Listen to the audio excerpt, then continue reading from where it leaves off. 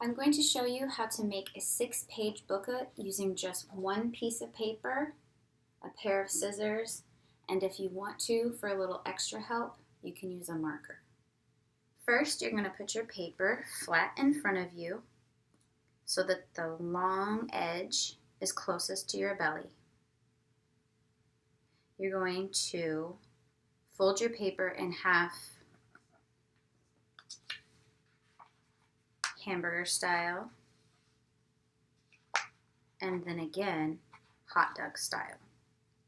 In order to fold it hamburger style, you're going to put one hand flat, pick up the other edge, and line up those corners so that they're touching and it makes a straight line. Then you're going to use your finger muscles and crease that paper so that that edge is flat. So we just folded our paper hamburger style. You'll notice if you pick your paper up, you can see a line right down the middle.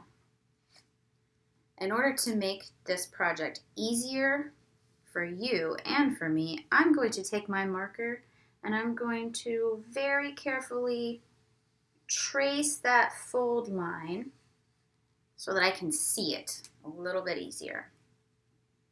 So we folded our paper hamburger style. Now we're going to fold it hot dog style. So I'm going to hold one hand at the top of the page and I'm going to take the edge closest to my belly and I'm going to bring it up and make sure my corners meet and that the top makes a straight line. And then crease, crease. Then when I unfold my paper, I'll have another line. So once again, I'm going to take my marker and I'm going to trace that fold so that it's easier for me to see. Now on your paper, you should have 4 little rectangles. You should have a line down the middle the short way and a line down the middle the long way. Double check and make sure your paper is in front of you so that the long edge is still closest to your belly. You're going to put one hand on one half of the paper. You're going to pick up the other edge, and this time, instead of folding it over in half the whole way, I'm going to fold it so that the edge of my paper lines up with this line that I traced with my marker. And then I'm going to crease, crease. So when I unopen, it looks like that. I'm going to do the same thing for this side. I'm going to line up the edge of my paper to that line I drew with the marker and crease, crease. Now, when I set my paper up, you will notice that it makes a W. I want you to set your paper in front of you so that it's shaped like a W. You can get your marker again and you can trace over those new folds so that you can see them better.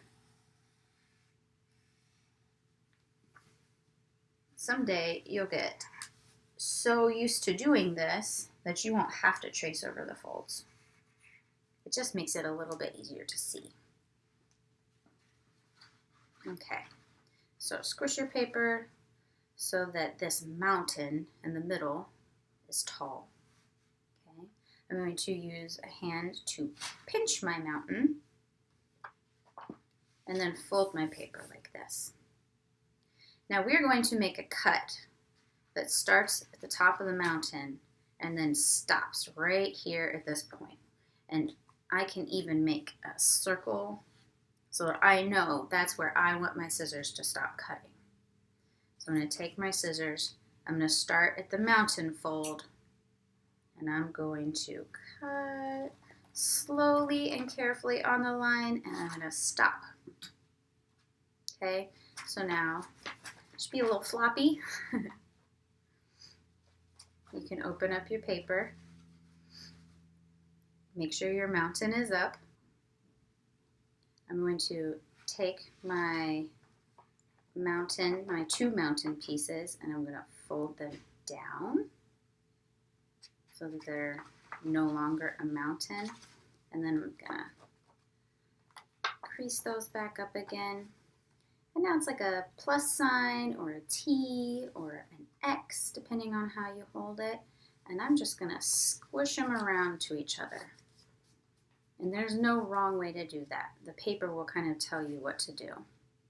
So now I have a cover, page 1, 2, 3, 4, 5, 6, and then a back cover. It's a small book, but even small books can have big ideas in them.